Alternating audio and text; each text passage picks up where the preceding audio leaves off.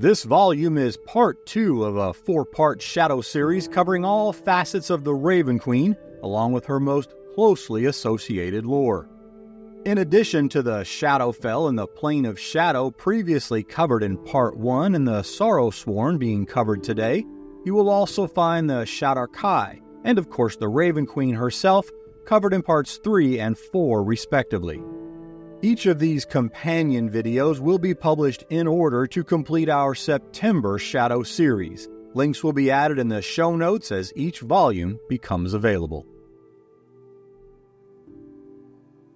To say the history of the Sorrowsworn is a bit conflicted is to be kind.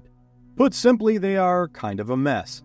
But they don't have to be, and it's not because they're not fascinating. And I believe that beneath the stain left by retcons with short-term goals lies lore worth polishing, preserving, and even enhancing, if only because it can be as intriguing as it is convoluted. However, since their introduction in the 3rd edition, the Sorrowsworn have endured the indignity of being retconned with each new version of Dungeons & Dragons, leaving their lore marred and blemished with inconsistencies, each rewrite launching the Sorrowsworn in a new trajectory and pulling them further away from their 3rd edition origins. Like the nature of the Plane of Shadow, soon to be reimagined itself into the Shadowfell of today, their story is one of perpetual change. Their fate, not without irony, is intertwined with the Raven Queen, whose own fall from her lofty perch is perhaps the most telling sign of how malleable the game's cosmology can and really needs to be. Once upon a time, before there were any mortal accounts of the Raven Queen or the Shadowfell from which she initially reigned, the Sorrowsworn were completely unrelated demonic nightmares born from the endless sea of chaos we call the Abyss. Emerging onto the material plane, these Tanar'ri fiends thieved on mortal despair, feeding on the sorrow of war-torn lands and other pockets of grievous mortal loss.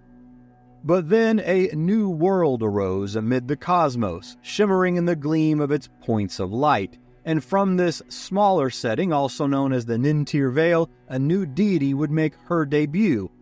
This goddess would require an extended and formidable entourage, servants of her will befitting a central deity of death upon this new 4th edition world.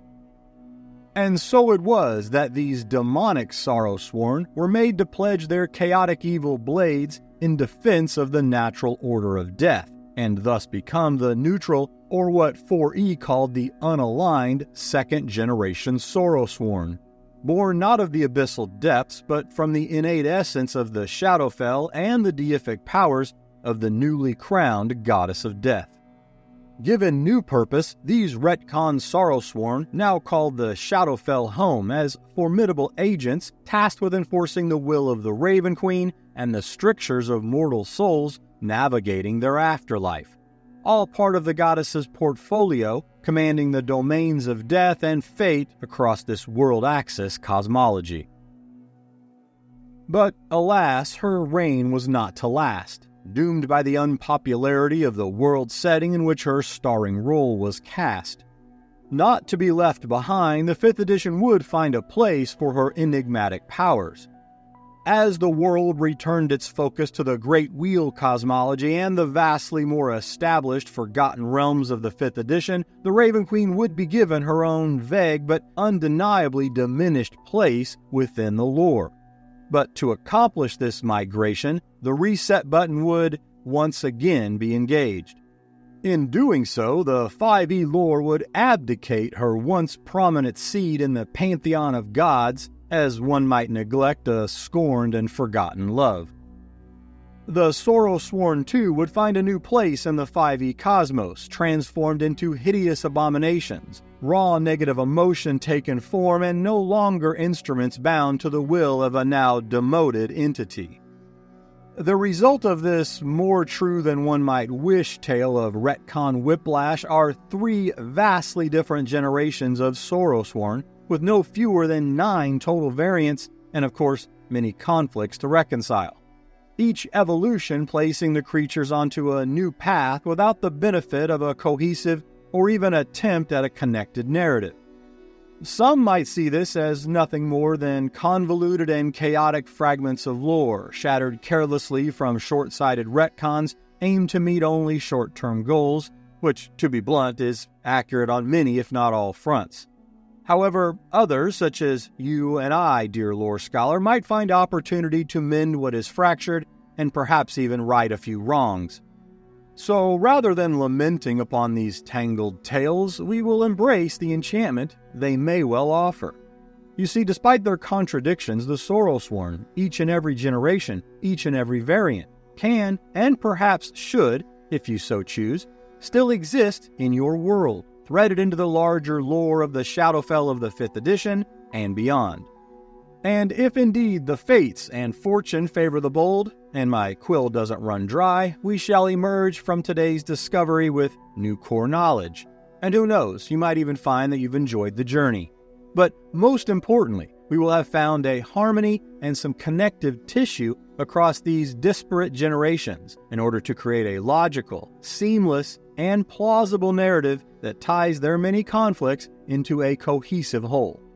So grab your lanterns, check your pockets for any spare courage, and follow me into these icy shadows. It's time to make some sense of this beautiful chaos. Or at the very least, fill our tomes with the fresh ink of new lore. If you enjoy and or find any value in these long-form essays, perhaps consider showing your support over on my Patreon, where I have an ever-growing collection of resources to populate and enhance your adventures and worlds. You can check it all out and join for free with zero obligation. At the very least, it's just a great way for me to interact with each of you. Links are below, and a sincere thank you to my supporters that make this video possible. As we explore the evolution of the Sorrowsworn across the various editions of our lore, I want to provide some clarifications as a preemptive strike to avoid any confusion that may be caused with the terms generation and variant, specifically with both the 4th and 5th editions, as we are introduced to not only a new generation, but also several variant types Sorrowsworn within those generations. Just to frame our discoveries, I've provided this simple visual breakdown. Using the term generation is tied to the lore's addition with the variants outlined within those generations. So while there are no variant types in the 1st generation Sorrowsworn found in the 3rd edition, with the 4th edition, which we will call the 2nd generation, there are actually 3 variants. And in the 5th edition, or 3rd generation, we're given a total of 5 canonical variant types. All said, we have 9 variants across 3 generations that we are exploring today, starting with the demonic origins of those 1st generation Sorrowsworn established in the Monster Manual 3 for the 3rd edition of our lore. In their introduction, these OG Sorrowsworn were officially classified as Tanar'ri, demons spawned from the boundless chaotic energies of the Abyss. Unlike most other demons, the Sorrowsworn carried the unique and unsettling appearance that, if not for their towering size, often reaching 15 feet in height, and their black, tattered wings, might lead one to mistake these gaunt, blade-wielding fiends for a lich, revenant, or some other powerful form of undead. However, these first-generation Sorrowsworn were 100% pure demons, drawn to the material plane, particularly to landmarks that carried the air of great tragedy or loss.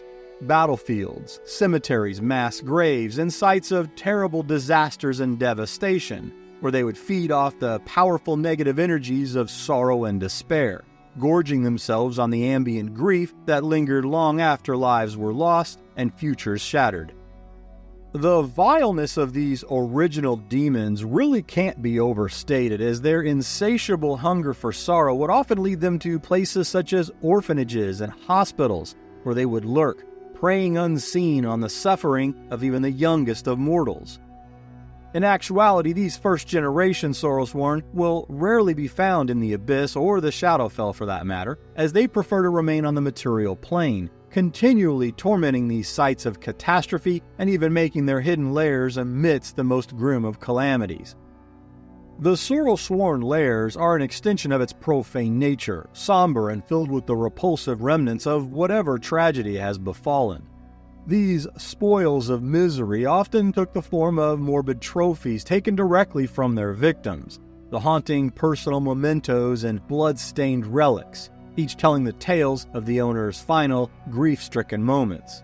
As symbolic dark reflections of their insatiable appetite for despair, these lairs are found in places where the negative energy of death and loss could be concentrated and absorbed. And so you would find them often among large cemeteries, ruins of fallen cities, or deep inside caverns near desolate battlefields, any place where the overwhelming sorrow allows them to linger undisturbed. The Tanar'ri Sorrowsworn are both unique and notorious for their methodical approach to evil, especially given their abyssal heritage. As opposed to the abrupt physical chaos we often see in demonkind, the Sorrowsworn reveled in the slow breakdown of their victim's will, most often lurking unseen, feeding silently on the spirit and emotions of their prey long before any physical attacks were made. This tactic seems to be a clear, calculated strategy used to draw forth a mortal's most negative emotions to gradually erode their will and mental fortitude. Once the victim was drained emotionally, the Sorrowsworn would then use their Whispers of Loss ability to echo the sorrow, grief, or regret in the mind of their prey, exploiting and then amplifying those deepest of emotions and fears before finally claiming the soul. Some scholars have even posited that this preference perhaps sweetened the enjoyment or flavor, for lack of better words, that was experienced from this style of emotional feeding. One important lore note on these progenitor demonic Sorrowsworn lies in the fact that they hold no allegiance to the Raven Queen, who was in fact not even known to the cosmology at this stage. These Tanar'ri Sorrowsworn remained staunchly independent, their heritage inextricably tied to the abyss and having no connection whatsoever to the plane of shadow. And this holds true even today, if you so choose, something we will explore a bit later in this volume. With the advent of the Points of Light setting for the 4th edition of Dungeons & Dragons, the Sorrowsworn underwent a dramatic transformation in support of both a brand new world and its decision to place the Raven Queen in a central and starring role as the goddess of death, ruling all the Shadowfell. With this placement, we find the first Sorrowsworn retcon, moving away from their demonic origins as well as their role in the cosmology. Given new purpose as dedicated servants of the Raven Queen, born now from the very essence of the Shadowfell and the deific powers of the goddess herself. One of the more interesting facets of these second-generation Sorrowsworn is found in their transformation. Despite a lot of intrinsic behavior and ability changes that would impact their role, their visuals actually remain nearly identical, retaining their skeletal and gaunt features, rendering these second-generation Sorrowsworn indistinguishable, at least to mortal eyes, from their demonic progenitors. These Sorrowsworn were now neither demonic or undead, said to be fragments of death itself. And while the majority are bound in service to the Raven Queen, those not aligned to the goddess of death, or even those who find some downtime, still retained, like their demonic cousins, a strong urge to haunt locations of agony and pain. The second-generation Sorrowsworn were known to have 3 variant types. The Soul Ripper variant stalked its prey with ambush tactics, able to use its deadly claws in combination with a teleport for quick strike attacks brought to great effect. The Reaper variant, as its name applies, was best known for use of its oversized scythe blade, favoring to mark a singular target for some of its most deadly abilities. And finally, we have the Death Lord as the most powerful variant type, similar in many ways to the Reaper variant, but with the added ability to become ethereal, its ability to phase in and out of walls, making it a grim hunter few are able to escape. Although these second-generation Sorrowsworn were not all exclusive to the service of the Raven Queen, the vast majority were bound to her will, and in her name they were dispatched to fulfill a myriad of tasks as her protectors and agents within Latherna, the Raven Queen's seat of power within the Shadowfell. Here their roles were vast and varied, reflecting the Raven Queen's authority over her domains of death, fate, and to a far lesser extent, winter. The most visible roles of the Raven Queen's Sorrowsworn were that of guardians and enforcers. They protected the sacred sites of the Shadowfell, such as Fate's Palace, the lost souls of the Bleak Fallow, and the Lost River, all critical points of interest in a soul's journey, or inadvertent detour in the case of the Bleak Fallow, on their way to Fate's judgment. At each of these hallowed sites where the dead cross over and the boundaries between life and death are blurred, you could expect to find the Sorrowsworn dedicated to their task as sentinels, ensuring that the natural course of death was followed and that no outside forces would disturb its delicate balance. Beyond their duties as guardians, the Sorrowsworn also served as enforcers of the Raven Queen's doctrine and relentless hunters of the blasphemous. The latter was of a particular focus for the goddess of death, as she was incessant in her search for those who sought to defy her prohibition of necromancy or other forms of undeath. In this capacity, the Sorrowsworn were single-minded in their pursuit and purging of such heresy, acting as the Queen's justice against those who dared to corrupt the natural cycle of life and death. The same can also be said for mortals seeking to cheat life's biological clock and its unavoidable end. Said to be a favorite of the Sorrowsworn's many obligations, and perhaps a vestigial trait passed down from those first-generation demonic bloodlines, the Sorrowsworn were said to show visible signs of alacrity as they embodied the cold, impartial hand of fate, striking down those who refused to accept their inevitable death. This pursuit extended not only to the mortal necromancers and those seeking the powers of lichdom, but even to the dead themselves.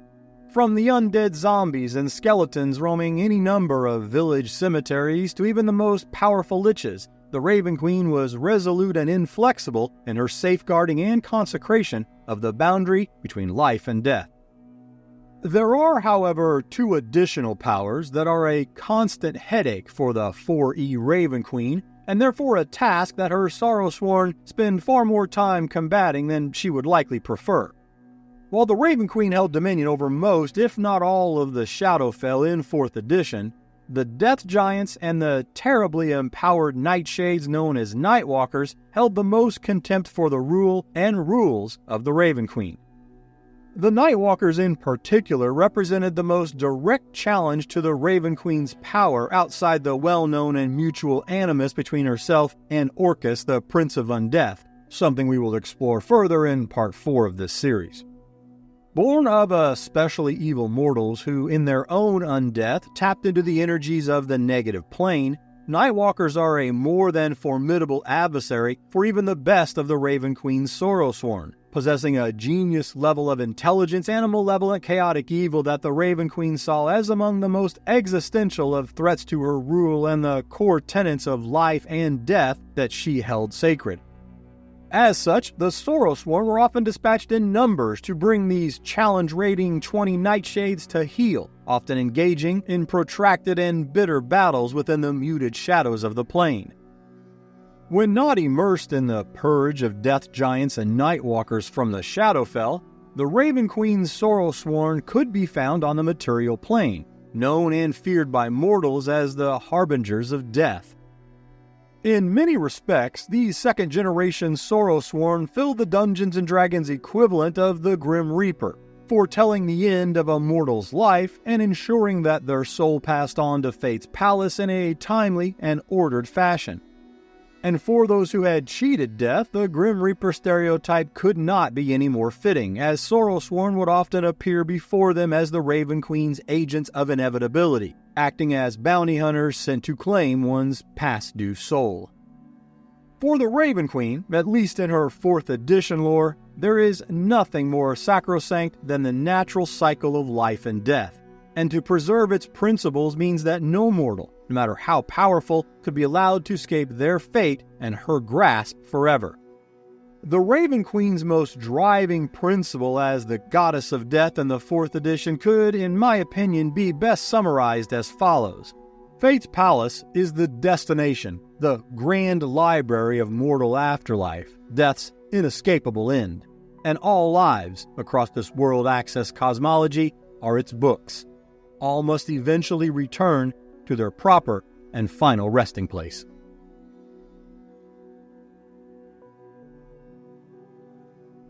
The greatest changes in the evolution of the Sorrowsworn are most clearly seen in this third and most current generation, introduced in Mordenkainen's Tome of Foes for 5th edition in 2018.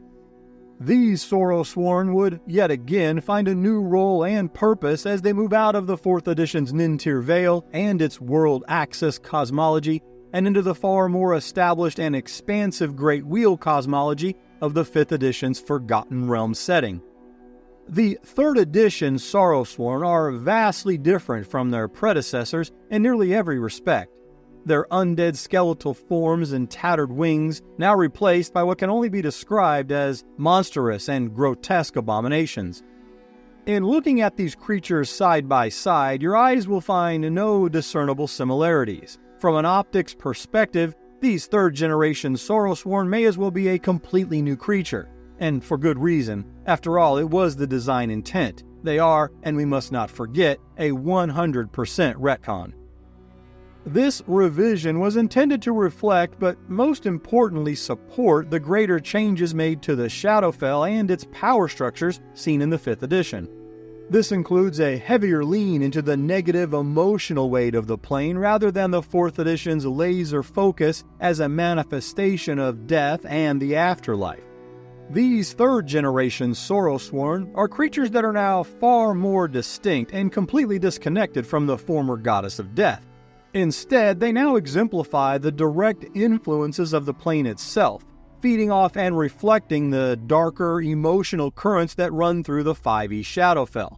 And this is illustrated in the 5 canonical variants: the wretched, the lost, the lonely, the hungry, and the angry. Each new variant type takes on a different form, designed to visually convey the negative emotions that plague those who travel too long within the Shadowfell. No longer bound to the Raven Queen, these Sorrowsworn of 5th edition are autonomous manifestations of the Shadowfell's inherent despair, roaming the plane's vast expanse and generally disconnected from any deity or greater power. But I think most dungeon masters will find the starkest of contrasts in their complete departure from the mind-altering psychic abilities of past generations. Gone are the abilities to manipulate the mind and emotions of its victims found in abilities such as Whispers of Loss, Future Sorrow, and Great Emptiness of the 1st generation, or the psychic attacks and teleportation abilities of the 2nd generation. In its place, you have more mundane, although somewhat thematic attacks of the 3rd generation Sorrowsworn, such as the Life Hunger skill of the Hungry variant type, the Harpoon Arms, drawing one close to the Lonely variants, and the Rising Anger skill found in the top tier of these 5th gen creatures. While canonically, this and just about every other retcon ever made is meant to replace, in fact erase, previous lore, as anyone that has watched my 9 Hells Volume 7 video knows, I'm a firm believer that just because a new retcon version of a creature has been introduced, does not mean that the old lore must no longer exist, has vanished, or is wiped from our memories. In fact, quite to the contrary, as I've alluded to thus far, by referring to these various creatures as different generations, we can, in fact quite easily in this case, create a seamless and logical narrative to tie everything we've covered thus far into some reasonable and connected lore. And it all starts with the Darkening. It is true that the departures we have uncovered to the lore, mechanics, and visuals of the Sorrowsworn are nothing more than retcons, each designed of it changes made to deific powers, the plane, the settings, and even an entirely new cosmology. However, the in-game lore also well supports a deep evolution that allows each to remain present in your world if you so choose. Whether this support is by intention or accident, spoiler alert, it's accidental, but we will take it, or at least I certainly have. So allow me to share the lore I've created for my own ever-growing world setting. Lore that you are most welcome to adapt, revise, let inspire you, or completely ignore. As covered in chapters 2 and 6 of part 1 of this series dedicated to the Shadowfell, the lore has previously established canonically that the Plane of Shadow, and later the Shadowfell, intrinsically possess the power to transform any and all living beings that spend enough time engulfed in its negative and shadowy essence. A form of corruption, not unlike so many types of radiation that have been at the genesis and creation of any number of our favorite superheroes and villains. In the Shadowfell, it's never a matter of if, but only when a being becomes twisted by the weighty influence of the plane's penetrating despair and its innate power to mutate, known as the Darkening. And it is in the very essence of the Darkening's corrupting influence that provides the most plausible lore framework for understanding, even complementing the many retcons of the Sorrowsworn. The original first-generation Sorrowsworn were Tanaree, born of the Abyss and completely unrelated to the Plane of Shadow. Yet as the 4th edition setting and the Shadowfell included within were conceptualized, these little-known and underutilized demons became a logical choice to fill a new and adjacent role within the reimagined plane. Already a bit of an outlier as demonic fiends, the first-generation Sorrowsworn were predators of misery and grief, behavior that was both central to their identity and that could easily be shifted to the 4th edition's new setting. This would make them ideal candidates to serve the Raven Queen, as she herself was elevated to rule in 4E as the neutral but ordered goddess of death. My World's in-game history of the 2nd edition Sorrowsworn tells us that from her throne within the Black Ice Citadel known as Fate's Palace, located in the northern region of the Shadowfell called Latherna, the Raven Queen once possessed the ability as a powerful deity to lure, command, or otherwise attract many of these demonic Sorrowsworn into the Shadowfell. Whether she won them over willingly to her service, they became corrupted by the plane's darkening power, transformed by the goddess's own powers, or any combination of the three is of little long-term impact, only serving to color in a lore detail that would best fit your world-building needs. For my world, this can easily both explain and accommodate the 2nd-generation evolution while also adding some lore to the 1st-generation Tanaree Sorrowsworn, who very much still reside in my world. They have gained the knowledge to avoid the Shadowfell, lest they too wish to become agents of the Raven Queen. And perhaps some do, that's totally up to you. The 3rd-generation Sorrowsworn would take on a radically different form and role, not only severing ties with their abyssal origins, but also no longer having any ties to the Raven Queen's now unclear status, along with her increasingly questionable dominions of rule and spheres of influence. I actually think the 5e designers did the right thing in transforming the 3rd generation into the monstrous manifestations of negative emotions, mirroring the new emphasis of the 5e Shadowfell. Yes, we could possibly nitpick and ask why they didn't just create a whole new monster and leave the name Sorrowsworn with the 2nd generation, but I think we all know how Wizards likes to retcon, so that option was likely never on the table. Why create something new if they can just reuse?